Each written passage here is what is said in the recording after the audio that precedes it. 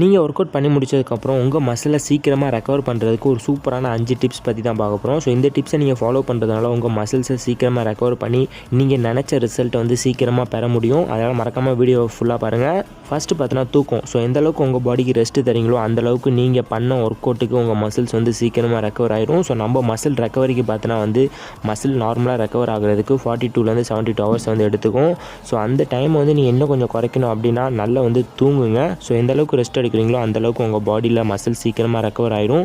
So minimum பார்த்தோன்னா வந்து 8லேருந்து 9 hours வரைக்கும் நல்லா தூங்குங்க. அடுத்தது பார்த்தோன்னா ஸ்டே ஹைட்ரேட். ஸோ உங்கள் பாடி எப்போதுமே ஹைட்ரேட்டாக வந்து மெயின்டைன் பண்ணுங்கள். ஸோ சில நேரத்தில் டீஹைட்ரேஷன் ஸ்டேஜுக்கு போக விட்டுட்டு சில நேரத்தில் ஹைட்ரேட்டாக இருக்கிறது அப்படி மாற்றி பண்ணிங்கன்னா உங்கள் பாடி கண்டிஷன் வந்து மாறும். அதனால் வந்து நினச்ச ரிசல்ட் வந்து உங்களால் சீக்கிரமாக பெற முடியாது. அதனால் உங்கள் பாடி எப்போதுமே ஹைட்ரேட்டாக வைக்கணும் அப்படின்றத நீங்கள் ஞாபகம் வச்சுக்கோங்க.